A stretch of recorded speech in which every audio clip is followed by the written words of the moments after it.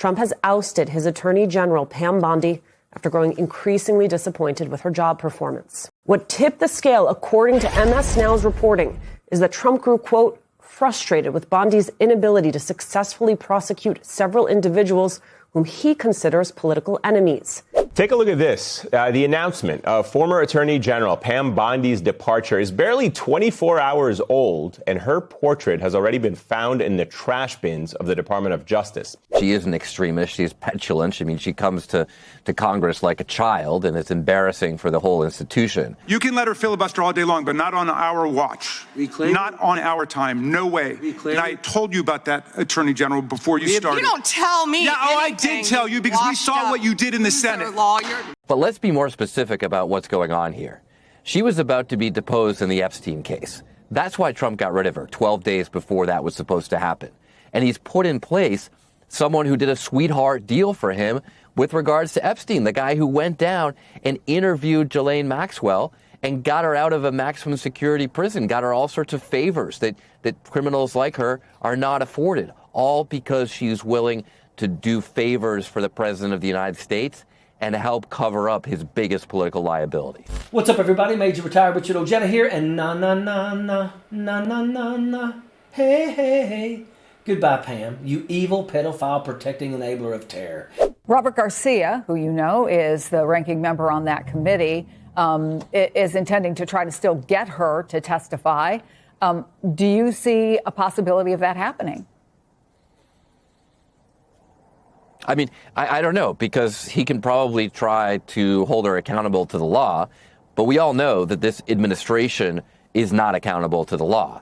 And so I expect Trump to do everything that he can come up with to try to get her out of testifying, because it could be embarrassing to her. I mean, remember, she's the one who said she had the Epstein files on her desk. I have the client list in front of me, she said, and then all of a sudden she changed her story and that went away. We now know, of course, that's because Donald Trump's name occurs more than just about any other name other than Jeffrey Epstein in the Epstein files.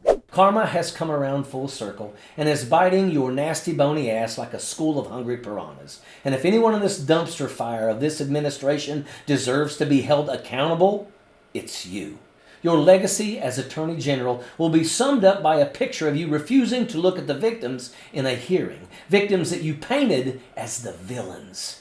There wasn't even an adult in the room that could apologize for the damage done to children and girls. Saying they just want accountability.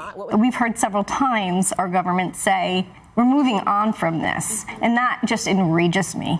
But we all know who the real villains are, and America is not going to let you or Todd Blanche forget that. It doesn't matter which one of these enablers of evil is in charge, because they all have the same agenda. Protect the dirty truth about Donald Trump and the Epstein files, his role in child sexual abuse and the horrific details, and the trail of destruction that he's left behind because of it. It's information so despicable and damning that Trump is starting World War III to tell the world, I'll blow everyone that you love away, destroy the world and those in it, to keep everyone from seeing the truth about who I really am, a devil in disguise. The truth of the matter is, we know that the law doesn't matter to Donald Trump. It doesn't matter to his administration. It didn't matter to Pam Bondi, and frankly, from everything we know, it doesn't seem to matter to Todd Blanche either.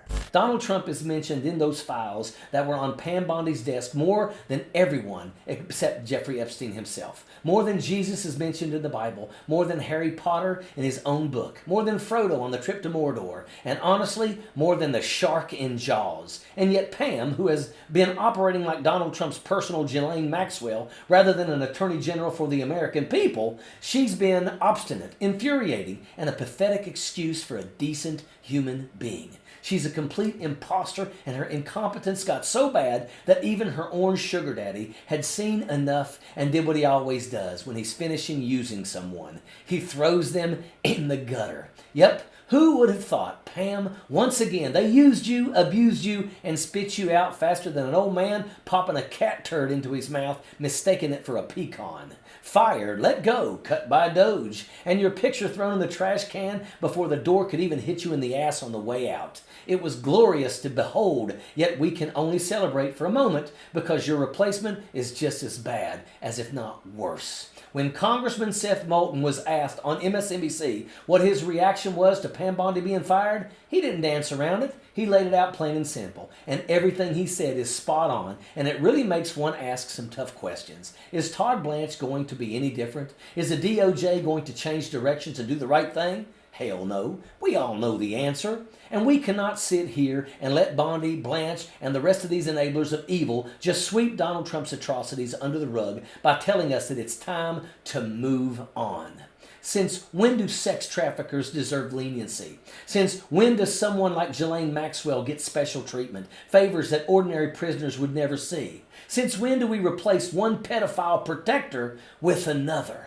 That is the question. Welcome to Donald Trump's golden age, where if you have enough money, you can be above the law and reckless. And if you don't, you're just a number to be exploited. But if you call that out, MAGA nut jobs call you a Marxist for hating billionaires and wanting them to pay their fair share. MAGA bots go after the libs online with laugh emojis and stupid memes. Trump calls the Epstein files a hoax and points the finger at Democrats. And the DOJ is playing musical chairs 12 days before the Epstein deposition, like that's not suspicious. Meanwhile, victims continue to seek justice, and the Trump administration just sent a clear signal that they aren't changing course. I mean, seriously, we all got a bit of a charge out of watching social media have a field day with that old pack mule Pam Bondi, making fun of her and laughing out loud at her getting the boot. But now they expect us to look the other way when they give us another bootlicker in Todd Blanche, the guy who negotiated Ghislaine Maxwell to go from a high-security prison where she belonged to a minimum security country club that people across social media are saying that she has a body double serving in her place. It's insane, but here we are. Did you know that the big wireless carriers like Verizon and AT&T made over $18 billion in profit last year? How? By overcharging you for unlimited data, most of which you probably aren't even using. But what if you could get paid to use your phone less and only pay for the data you do use? Well, with Noble Mobile, you can. For just $50 a month on their No Bull plan, you get unlimited data, and whatever data you don't use, you get cash back right in your pocket. People who switch to Noble can save an average of $500 to $1,000 a year. It's a no-brainer. And by switching to Noble, you're directly supporting TYT and our mission of bringing you honest, independent news. So give Noble a try and make the switch today. Scan the QR code on the screen now or visit go.tyt.com/plan. That's go.tyt.com/plan. If you listen to talking hemorrhoids like Caroline Leavitt and the other Trump enablers, you'll hear about how badly Trump is being treated by those who demand justice. They label victims and victims' rights advocates as hoaxers and frauds trying to minimize their suffering and discredit their quest for justice. And those victims have been waiting for justice for years. They have carried the horror of their interactions with Jeffrey Epstein for far too long. And it is a slap in the face for them to see someone like Blanche take over. And this is where it stops just being politics. Listening to these survivors really hits home. These are real people, like Daniel Bensky, an Epstein survivor. And what she said was real. It was direct, and it was heartbreaking, tragic. So let me ask you something. What if it was your daughter? What if it was your child who was preyed upon? What if it was your child who went through something like this and couldn't carry that pain any longer and ended up broken, addicted, or worse? Would you be satisfied with the answers we're getting right now from this administration? Would you listen to Todd Blanche go on TV, shrug this off, call it something to move past and say, yeah, that's good enough? Or would you be so damn angry that you'd never stop until you got justice? Because that's where these families are. That's the desperation. That's the pain. And it's all being ignored. They're trying to sweep it under the rug. They're trying to call it a hoax. They're trying to move on. But the survivors aren't moving on. And we're not either. We're still asking questions. we're still demanding answers. And instead of accountability, what are we getting? More deflection, more excuses, more people in power telling us it's time to turn the page. Turn the page? This isn't a book, and this sure as hell isn't a saga.